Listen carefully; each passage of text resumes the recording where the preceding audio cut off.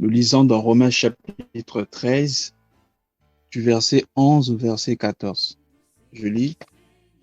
Cela importe d'autant plus que vous savez en quel temps nous sommes. C'est l'heure de vous réveiller enfin du sommeil. Car maintenant, le salut est plus près de nous que lorsque nous avions cru. La nuit est avancée, le jour approche. Dépouillons-nous donc des œuvres des ténèbres et revêtons les armes de la lumière.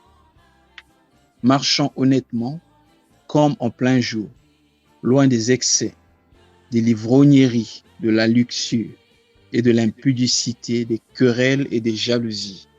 Mais revêtez-vous du Seigneur Jésus-Christ et n'ayez point soin de la chair pour en satisfaire les convoitises. Amen. Mais bien aimé, il est bon, celui qui vit aux siècles indéfinis, et sa bonté est plus que ce que nous pouvons penser et imaginer. La Bible dit qu'il révèle sa bonté chaque matin. En effet, c'est afin que nous comprenions que les bontés de Dieu sont infinies et ces bontés ne dépendent pas de ce que nous faisons. La Bible dit dans Psaume chapitre 127, du verset 1er au verset 2, « Si l'Éternel nous bâtit la maison, ceux qui travaillent, travaillent en vain. S'il nous garde la ville, celui qui veille, veille en vain. » Il dit, « En vain, vous vous levez tôt le matin. En vain, vous couchez vous tard. Vous cherchez le pain de la douleur. » Mais il donne à ses bien-aimés pendant leur sommeil. C'est pour comprendre que nous recevons tout par grâce et sans effort. Voilà pourquoi la Bible nous demande de rendre à Dieu des actions de grâce en toutes choses. Mais bien aimés, ce soir, par la grâce de Dieu, nous allons partager sur se revêtir de Jésus-Christ. Puisque le verset 14 dit, « Mais revêtez-vous du Seigneur Jésus-Christ et n'ayez point soin de la chair pour en satisfaire ses convoitises. » Mais avant de se revêtir de Jésus-Christ, la Bible nous demande de nous dépouiller des armes des ténèbres. Il y a un autre passage dans Éphésiens chapitre 6, je pense que c'est du verset 12 au verset 18. Là-bas, la Bible nous parle de l'armure céleste, l'armure du chrétien, des armes de la lumière. Mais avant de porter les armes de la lumière, il est question d'être dépouillé ou de se dépouiller, excusez-moi, des armes des ténèbres. On ne peut pas se revêtir des armes de la lumière si nous ne nous dépouillons pas d'abord des armes des ténèbres. C'est très important. Et l'apôtre Paul commence ici en disant, « Cela importe d'autant plus que vous savez en quel temps nous sommes. » Il dit, c'est l'heure de vous réveiller enfin du sommeil. Quel sommeil? Le sommeil spirituel. Et je vais rappeler ici que cette lettre a été adressée aux saints, c'est-à-dire aux gens qui étaient déjà nés de nouveau. Mais à ceux qui sont nés de nouveau, l'apôtre Paul le dit, je vous écris ces choses afin que vous sachiez que c'est vraiment l'heure de vous réveiller enfin du sommeil. Il dit, le salut est plus près de nous que lorsque nous avons cru. Si le salut était à 100 mètres de l'apôtre Paul, à nous qui sommes dans cette génération, dans cette dispensation, bien aimés dans le Seigneur, dans cette génération, c'est peut-être à 2 mètres. Donc, si le salut était plus près d'eux, pour nous, on dira, le salut est même trop près de nous. Et comme le salut est près de nous, c'est-à-dire que le Christ revient bientôt, qu'est-ce que nous devons faire?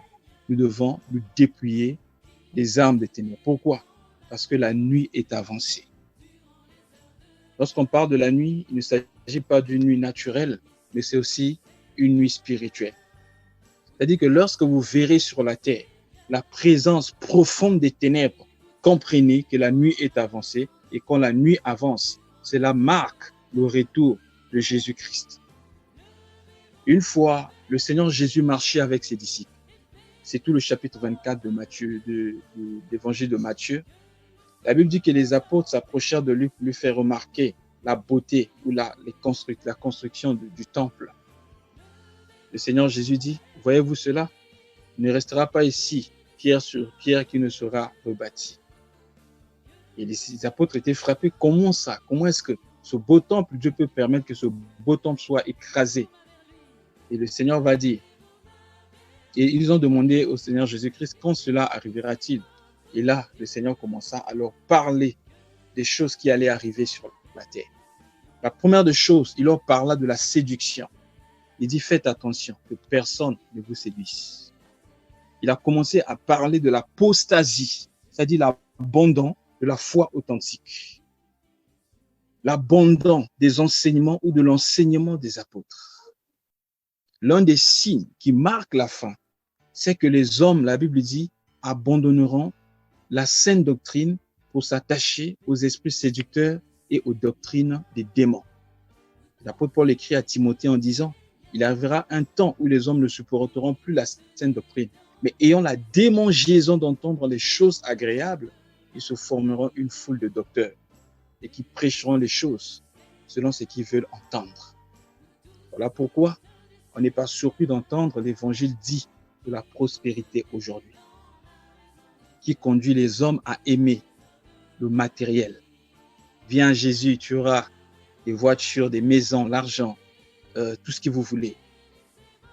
Donc c'est comme si on avait besoin du Seigneur seulement pour satisfaire nos convoitises. Faisons très attention. L'apôtre Paul a parlé d'abord de l'apostasie, l'abandon de la foi authentique, des hommes qui laisseront les enseignements de Christ pour s'attacher à d'autres enseignements. Et l'apôtre Paul, plusieurs fois, a parlé de ça. Quand vous lisez, par exemple, dans 2 Corinthiens chapitre 11, il dit, si vous pouvez supporter un peu de ma folie, il dit, vous me supportez bien. Il dit, parce que je vous ai fiancé à un seul époux, car j'ai la jalousie, je suis jaloux de vous d'une jalousie de Dieu, car je vous ai fiancé à un seul, c'est-à-dire époux, c'est-à-dire Christ, pour vous présenter à Christ comme une vierge pure. Mais il dit toutefois, écoutez bien, 1 Corinthiens chapitre 11, verset 3, mais toutefois, de même que le serpent séduisit Ève par sa ruse, je crains que vos pensées ne se corrompent et ne se détournent de quoi? De la simplicité à l'égard de Christ. Maintenant, écoutez le verset 4. Si quelqu'un vient vous prêcher un autre Jésus que celui que nous avons prêché, ou vous recevez un autre esprit que celui que vous avez reçu, ou un autre évangile que celui que vous avez embrassé, vous le supportez fort bien. Oh, bien-aimé dans le Seigneur. Il dit de la même façon que Satan séduisit Ève. Or, si nous repartons dans le jardin dans Genèse chapitre 3, vous verrez comment Satan avait séduit Ève. Il s'approcha de la femme, il dit, est-ce que Dieu a-t-il réellement dit que vous ne mangerez pas de ces fruits? Ève, qu'est-ce qu'elle avait fait? Elle a retranché et elle a ajouté de la parole de Dieu. La parole de Dieu, bien-aimée, est saine. La parole de Dieu est équilibrée. La Bible dit, vous ne devez rien ajouter, vous ne devez rien retrancher. Qu'est-ce que Ève va dire? Elle dit, Dieu nous a demandé de ne pas toucher de peur que nous mourions. 1. Quand Dieu avait donné le commandement à Adam, il avait dit, le jour que vous mangerez de cet arbre, vous mourrez. Et Dieu n'avait pas parlé de toucher, mais Dieu avait simplement dit, le jour que vous mangerez, vous mourrez. Mais Ève dit, toucher, certainement pour donner une action plus forte au commandement, et il dit, de peur que nous mourions. Ça veut dire que c'était une probabilité, alors que l'autre Dieu avait parlé d'une mort certaine. Et c'est comme ça qu'elle est rentrée dans la séduction. Bien aimé, quand le diable vient dans une vie, et surtout dans la vie des enfants de Dieu, il viendra pour te faire douter la parole de Dieu ou transformer la parole de Dieu pour te conduire à la séduction. Voilà pourquoi l'apôtre Paul écrit dans 2 Corinthiens chapitre, je crois que c'est 13, verset 5. Il dit, examinez-vous vous-même pour savoir si vous êtes toujours dans la foi. Bien aimé, nous devons nous examiner par rapport aux Écritures, par rapport à ce qu'ont fait les apôtres, par rapport à, bien aimé, comment Jésus vivait sur la terre. Parce que l'apôtre Paul a écrit dans 1 Corinthiens chapitre 15, verset 19, je pense, si c'est pour cette vie seulement que nous croyons en Christ, nous sommes les plus malheureux de tous les humains. Si nous sommes venus à Christ seulement pour le mariage, seulement pour être bien dans la chair, c'est-à-dire le matériel. Bien-aimé, nous sommes les plus malheureux de tous les humains. Parce que pratiquement dans toutes les religions, on court après le fait d'être aisé, le fait d'être bien dans le corps naturel. Je ne suis pas en train de dire que le fait d'être chrétien, nous devons être déséquilibrés. Non, la Bible dit dans 3 Jean que je souhaite que tu prospères à tous égards, mais comme prospère déjà l'état de ton âme. Et Jésus a dit, que sert-il à un homme s'il gagne tout ce monde et s'il perdait son âme? C'est pourquoi il a dit, cherchez premièrement le royaume des cieux et sa justice, et le reste vous sera donné par-dessus. Bien-aimé dans le Seigneur, Dieu, diable, avait trompé Ève parce que Ève s'est laissée séduire en changeant la parole de Dieu. Mais qu'est-ce que le diable va dire à Ève? Le jour que vous mangerez de cet arbre, vous serez comme des dieux. Et c'est comme ça que le diable présenta, bien aimé, la divinité. Or, lorsque Dieu créa l'homme, dans Genèse chapitre 1, verset 26, il dit, faisons l'homme à notre image et selon notre ressemblance qui domine sur la terre et sur tout ce qui a été créé. Donc, l'homme avait déjà été créé à l'image et à la ressemblance de Dieu. L'homme était déjà comme Dieu. Il y a une particularité que l'homme n'avait pas. C'était la capacité d'être adoré. Donc, quand le diable disait, vous serez comme de Dieu, c'est comme s'il était en train de dire expressement ou implicitement que Dieu est en train de vous priver de quelque chose que vous devez avoir. Oh, bien-aimé, quand le diable vient dans ta vie, il va, bien-aimé, créer le manque de contentement, te faire croire que ce que tu as n'est pas assez, ce que tu es n'est pas assez, et que Dieu te prive de quelque chose, te pousser à penser que Dieu soit injuste. Bien-aimé, il y a une chose que nous devons garder dans notre esprit. Ne dis jamais que Dieu est injuste, ne dis jamais que Dieu t'a abandonné.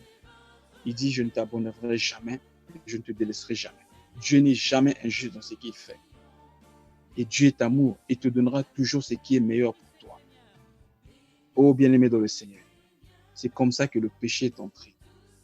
Le manque de contentement est entré. Le virus, bien-aimé, de la recherche de l'adoration, d'attirer vers soi l'adoration, d'attirer l'attention vers soi est rentré dans l'humanité. Maintenant, il dit, car quand vous allez vous détourner de la simplicité à l'égard de Christ, vous allez, bien aimer, changer ce que Dieu avait placé dans l'évangile. C'est ce que l'apôtre Paul explique ici. Il dit, ces gens sont en train de prêcher un autre Jésus. Un Jésus qui ne te demande pas de porter ta croix. Alors que Jésus a dit, si quelqu'un veut venir à moi, qu'il se charge de sa croix, d'abord qu'il renonce à lui-même, qu'il se charge de sa croix et qu'il me suive. Mais aujourd'hui, bien aimé, c'est un autre Jésus. Et il dit, si vous recevez un autre esprit, c'est-à-dire un autre Saint-Esprit, regardez simplement les églises aujourd'hui, l'esprit présenté, qui est devenu comme une chose, alors que l'esprit, c'est Dieu lui-même. On parle de l'onction, alors que l'onction signifie simplement mettre à part. Donc l'onction, c'est l'esprit. Donc le but de l'esprit, c'est devenu pour faire tomber les gens, c'est pour attirer les richesses. Vous voyez par exemple des réunions des hommes dits de Dieu, réunions de comment faire pour avoir beaucoup d'argent, comment faire pour recevoir et libérer l'onction. Et souvent, lorsqu'on parle de libérer l'onction, c'est faire tomber les gens. Oh, bien-aimés dans le Seigneur, ils ont très attention. Et souvent, on justifie la présence de l'esprit par le bruit. Quand il y a beaucoup de bruit, on dit là, le Saint-Esprit est là. Et souvent, un Saint-Esprit qui va et qui revient. À chaque réunion, on doit appeler Saint-Esprit vient. Ou encore, lorsqu'on veut, par exemple, passer un message à la prédication, ok, la sœur Intel va entonner une chanson qui va nous emmener dans la présence de Dieu. Ok, vous étiez dans quelle présence avant? Si vous devez rentrer maintenant dans la présence de Dieu. Et on appelle ça Saint-Esprit. Et c'est le mouvement aujourd'hui qui a influencé surtout les États-Unis et c'est descendu même au Nigeria. Oui, il y a beaucoup d'églises comme ça aussi. Au Zimbabwe. On parle du Saint-Esprit et le Saint-Esprit, c'est faire tomber les gens. Et il y a même des gens qui contrôlent le Saint-Esprit. Sacrilège. Vous voyez quelqu'un se lever, j'envoie le Saint-Esprit du côté droit. Là, il se lève simplement sa main comme ça, les gens tombent aussi du côté droit. Il dit le Saint-Esprit va rentrer du côté droit. Il va balayer vers la gauche. Là, vous voyez les gens tomber comme des mouches. Bien aimé, le Saint-Esprit, c'est Dieu.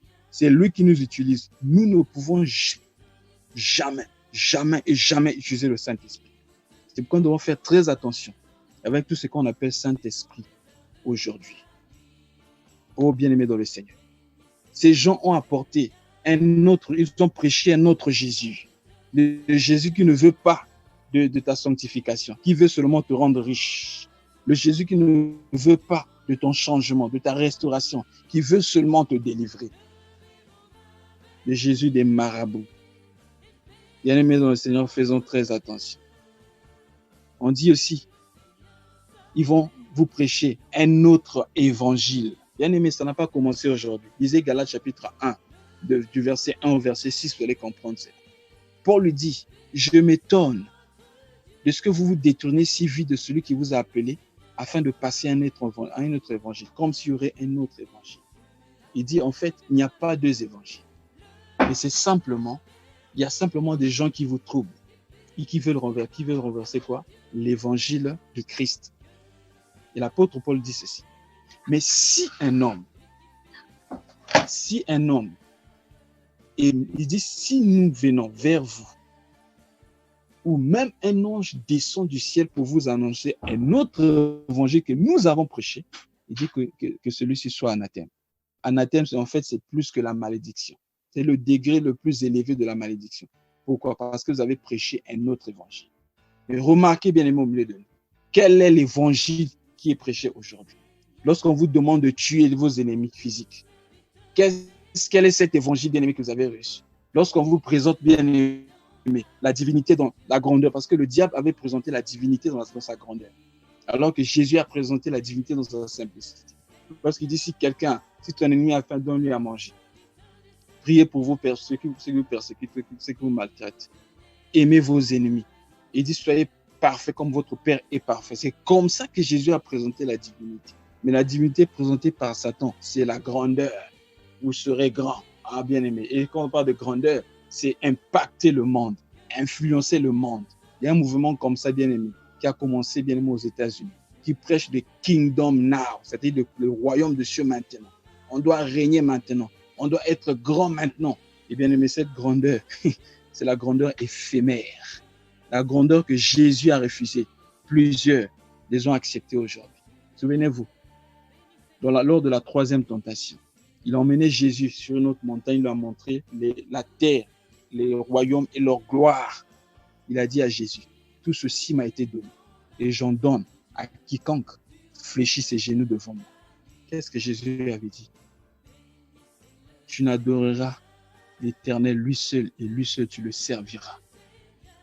Et devant Pilate, alors que Jésus était devant Pilate, il dit, parce que Pilate lui disait, je ne sais pas que j'ai le pouvoir sur toi. Il dit, je n'aurai aucun pouvoir sur moi. Il dit, mon royaume n'est pas de cette terre, n'est pas de ce monde.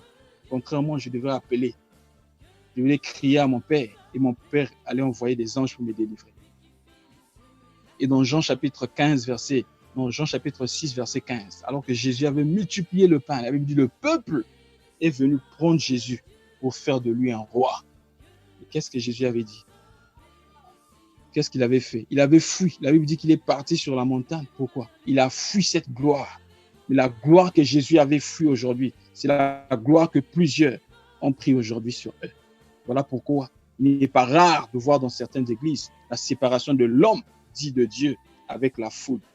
Il doit s'asseoir devant là-bas comme un roi et sa femme à côté comme une reine. Et vous, les sujets, vous êtes devant. Oh bien-aimé dans le Seigneur, d'où viennent ces choses? C'est parce qu'on a changé l'évangile. L'évangile de Christ est simple et Christ est simple. C'est pourquoi Hébreux chapitre 2, je crois, le verset 17 dit, pour être un sacrificateur agréable et parfait, un sacrificateur qui devait soutenir et offrir des sacrifices agréables, il devait devenir semblable à ses frères en toutes choses. Bien-aimé, Jésus était confondu avec ses disciples. Voilà pourquoi pour le trahir, il a fallu que Judas puisse l'embrasser. C'est-à-dire que lorsqu'on arrivait bien aimé vers Jésus, il y avait quelquefois on pouvait le confondre avec ses disciples. Mais écoutez, regardez, rentrez dans les églises aujourd'hui, vous saurez directement que celui-là c'est le pasteur et quelquefois voici la femme du pasteur. La séparation du clergé avec la foule, c'est le catholicisme, c'est rentrer dans ceux qui se disent prêcher la sainte doctrine. Pourquoi? On a changé l'évangile. Oh, bien-aimés dans le Seigneur. Je ne sais pas pourquoi on parle de ça alors que notre thème, c'est se revêtir de Christ. Je veux qu'on passe maintenant à ce sur quoi nous devons nous entretenir ce soir. L'apôtre Paul dit, nous devons nous dépouiller des œuvres ou des armes des ténèbres et revêtir les armes de la lumière. Parce que le salut est plus près de nous que lorsque nous avons cru. Je disais que la nuit ici, c'est la nuit spirituelle. C'est lorsque le mal va s'agrandir, va s'augmenter sur la terre, vous saurez que c'est vraiment la fin.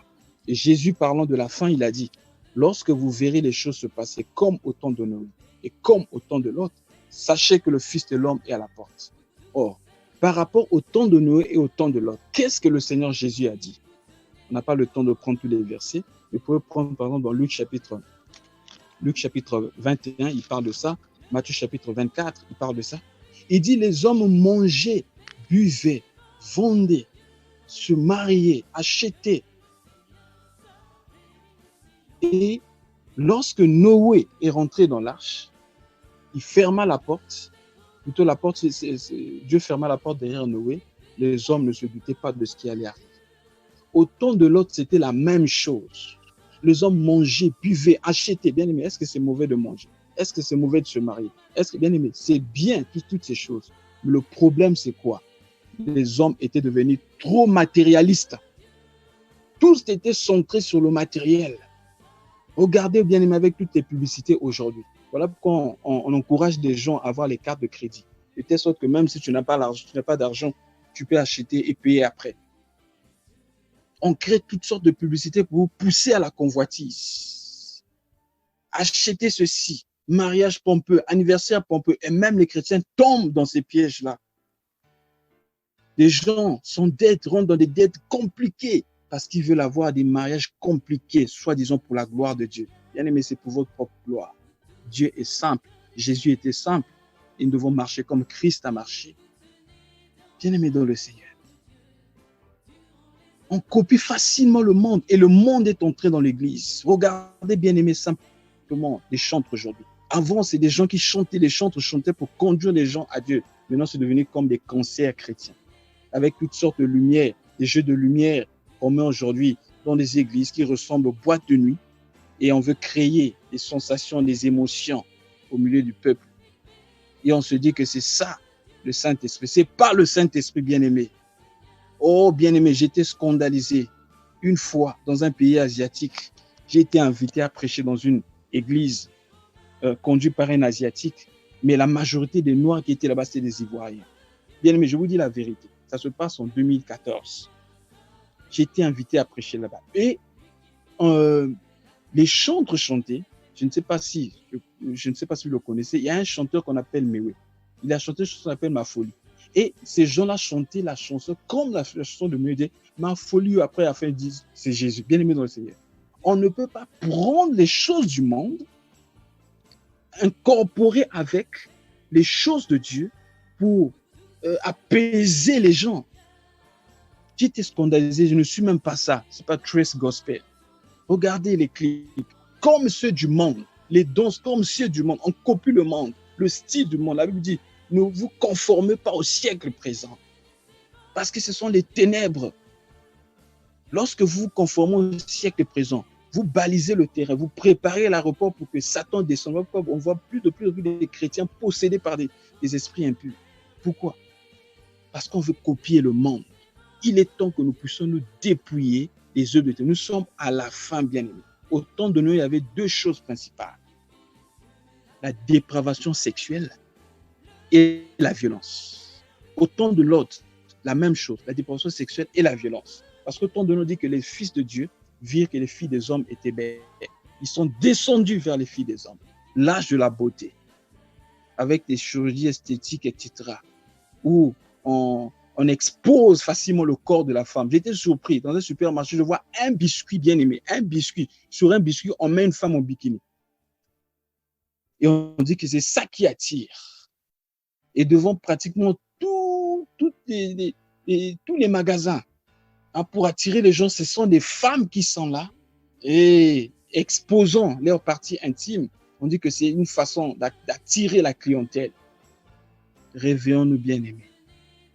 Jésus est à la porte. Lorsque vous voyez de plus en plus les pays légaliser le mariage homosexuel, réveillons-nous. La Bible dit malheur à celui qui appelle le bien mal et le mal bien. Quand vous parlez de l'homosexuel, tu dis non, il est retardé mental. C'est une question de conception, c'est une question de temps. En fait, il est en retard par rapport à la société. Sacrilège. Bien-aimés dans le Seigneur, faisons très attention. L'homosexualité est un péché. Il y a un type, je crois que c'est le dernier pape qui disait même les homosexuels sont des enfants de Dieu. Non, ce sont des créatures de Dieu, pas des enfants de Dieu. L'enfant de Dieu, c'est celui qui marche par l'Esprit de Dieu. Et si tu as l'Esprit de Dieu, tu ne peux pas aller, tu es homme, aller avec un homme, et tu es femme, aller avec une femme. Ça ne passe pas. Parce que l'Esprit de Dieu n'aime pas le péché. La Bible dit la nuit est avancée, dépouillons-nous donc des œuvres des ténèbres. Quelles sont les œuvres des ténèbres? On a cité quelques œuvres des ténèbres aussi. Marchons honnêtement, oh bien-aimé, la malhonnêteté au milieu des chrétiens. L'histoire de faux papiers, etc. Quelquefois, les gens vivent comme ça, sans être condamnés, sans être dérangés dans leur conscience. Le péché devait nous déranger. Quand le péché ne nous dérange plus, c'est-à-dire que nous sommes devenus insensibles, nous sommes devenus paralysés mentalement, paralysés spirituellement, et on ne se rend pas compte. La malhonnêteté, c'est un signe bien-aimé des ténèbres. Deuxièmement, les excès, comme je l'ai dit tout à l'heure, les achats, toujours acheter. Même quand tu en as déjà, tu veux toujours acheter. Les excès, ça peut être le manger, le boire, même les excès des habits, les excès de téléphone. Dès qu'il y a un nouveau téléphone, tu dois en avoir. Dès qu'il y a une nouvelle habit, tu dois en avoir parce que tu veux quoi? Impacter, influencer. Et ça, même dans les églises. Concours de la sape dans les églises. L'ivrognerie, même dans les églises. Tu cours toujours après les boissons inifantes. Et tu veux justifier ça par un verset. Au nom, Paul a dit à Timothée, ne prends pas toujours de l'eau, mais fais usage d'un peu d'alcool pour tes fréquents problèmes d'estomac. Oh, bien-aimé dans le Seigneur, la Bible dit dans tout ce que vous faites, s'il faut manger ou boire, faites-le pour la gloire de Dieu. Tout le temps, dans la cigarette, dans la drogue, même si tu fais ça en cachette, bien-aimé dans le Seigneur, Dieu te voit. Il y a quelqu'un qui m'a dit une fois, si tu trouves seulement un verset biblique qui dit ne fumez point, j'arrête la cigarette. Alors je priais dans mon cœur, je dis Seigneur, comment je vais répondre? Il dit ok, est-ce que tu peux partager ta cigarette avec Jésus? Je dis non, ah, ok. Si Jésus ne peut pas prendre ta cigarette, alors laisse. C'est simple, bien aimé. Jésus a dit, il y a des choses que le Saint-Esprit va vous révéler. Je ne vous ai pas dit tout maintenant, mais quand l'Esprit viendra, il vous révélera toutes choses. Bien aimé dans le Seigneur, tout ce que Jésus ne peut pas faire, ne le fait pas. Partout où Jésus ne peut pas aller, n'y va pas. Tu es chrétien, né de nouveau, mais tu as toujours ton plaisir d'aller en boîte de nuit. Qu'est-ce que tu vas faire là-bas? Il y a quelle joie? Tu dois avoir tes deux pieds en Christ, non avoir un pied dans l'église et un pied dans le monde. Ou non, je vais me relaxer. Quelle relaxation? Fais attention. Je continue. L'impudicité. Aller avec un homme ou avec une femme qui n'est pas ta femme. Avec toutes ces histoires des fiançailles, etc. Faisons très attention. La Bible dit, tout péché qu'un homme commet reste hors du corps. C'est dans 1 Corinthiens chapitre 6. Mais celui qui commet le péché de l'impudicité pêche contre son propre corps. Je vais lire ça, c'est très important. Je lis dans 1 Corinthiens chapitre 6, à partir du verset 16. Ne savez-vous pas que celui qui s'attache à la prostituée est un seul corps avec elle, car il est dit, les deux deviendront une seule chair. Mais celui qui s'attache au Seigneur est avec lui un seul esprit. Verset 18. Fuyez l'impudicité. Quelque autre péché qu'un homme commet, ce péché est hors du corps. Mais celui qui se livre à l'impudicité pêche contre son propre corps. Je continue jusqu'à 20. Ne savez-vous pas que votre corps est le temple du Saint-Esprit qui est en vous, que vous avez reçu de Dieu et que vous ne vous appartenez plus à vous-même? Verset 20. Car vous avez été rachetés à un grand prix. Glorifiez donc Dieu dans votre corps physique et dans votre esprit qui appartiennent à Christ. Tu ne peux pas prendre les membres de Christ et les emmener dans une boîte de nuit. Et tu ne peux pas prendre aussi les membres de Christ ta bouche pour insulter. Et tu ne peux pas prendre aussi les membres de Christ tes yeux pour suivre la pornographie.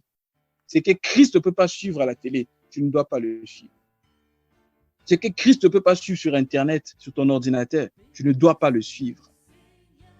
Je crois qu'après ce message, il y a des photos que tu dois effacer. Il y a des vidéos que tu dois effacer. Parce qu'il y a certaines images qui attisent le sang sexuel dans l'homme ou dans l'homme avec grand âge, l'homme ou la femme. Voilà pourquoi nombreux sont manipulés par ces esprits d'impudicité. Ils n'arrivent pas à lui surmonter l'impudicité ou l'adultère.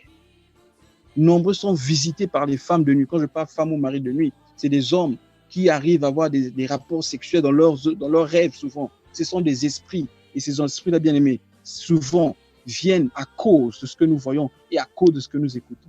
Notre marche, notre façon de faire. Tu suis souvent des images obscènes, des images sexuelles. Ce sont des images de qui te détruisent. L'ivrognerie, j'ai pas d'ivrognerie, la luxure. Des querelles. Là encore, c'est un problème. Tu es chrétienne, mais tout le temps, on voit en toi des querelles. Des querelles dans le couple. Vous dites couple chrétien, vous vous querellez tout le temps, vous vous battez. Alors que vous êtes une lampe. La Bible dit, vous êtes la lumière du monde et le sel de la terre. C'est-à-dire que si on veut voir Jésus, on doit voir Jésus au travers de vous, frères, au travers de nous. Si on veut voir Jésus, c'est au travers de nous. La Bible dit, nous sommes une lettre écrite. Soyez doux, que votre douceur soit connue de tous. On doit lire ça en nous, notre façon de faire, notre façon de parler. On doit constater la facilité dans le pardon. Nous pardonnons facilement, la simplicité. Et loin de quoi? De la jalousie. Mais revêtez-vous du Seigneur Jésus-Christ. Et n'ayez pas soin de la chair pour en satisfaire les convoitises. Je vais seulement donner un passage. Si le Seigneur permet, lorsque nous allons revenir sur ce thème pour parler de revêtir de Christ, nous allons développer ce passage pour montrer ce que signifie se revêtir de Christ. Alors, vu le temps, nous allons nous arrêter là, mais nous allons simplement lire Psaume chapitre 45, du verset 8 au verset 9. Mais ça, c'est pour un autre jour. Si le Seigneur nous garde en vie et si l'enlèvement n'arrive pas avant ce jour-là. Psaume chapitre 45, nous allons lire du verset 8 au verset 9. Tu aimes la justice et tu hais la méchanceté. C'est pourquoi, ô Dieu, ton Dieu t'a oint d'une huile de joie par privilège sur tes collègues. Hein, ça, c'est un passage que l'apôtre Paul a repris. Bon, pas l'apôtre Paul, mais l'auteur de l'Épître aux Hébreux a repris dans Hébreux chapitre 1, le verset 9. Hein, j'ai lu ça pour qu'on sache qu'il s'agit de Christ. Verset 9. La myrrhe, l'aloès et la casse parfument tous tes habits.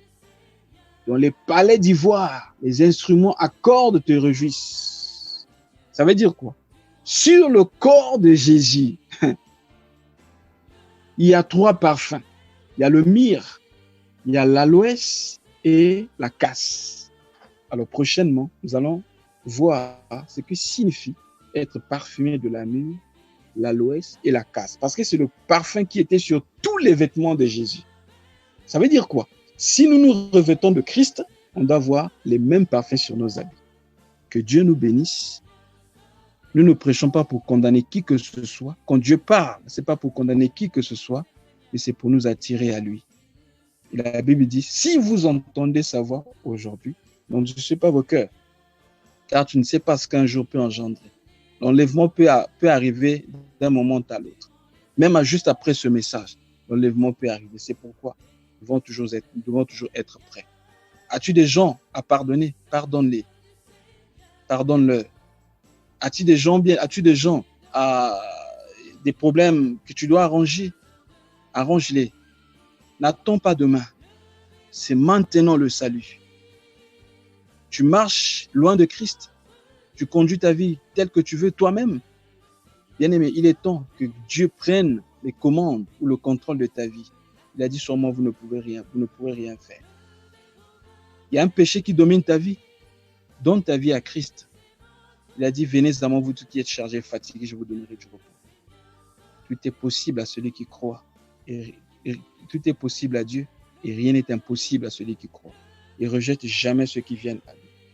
Quelle que soit la quantité ou la qualité de tes péchés, si tu viens à Jésus, il va te pardonner et te donner une autre vie afin que tu marches toujours dans ses voies. Que Dieu vous bénisse. Amen.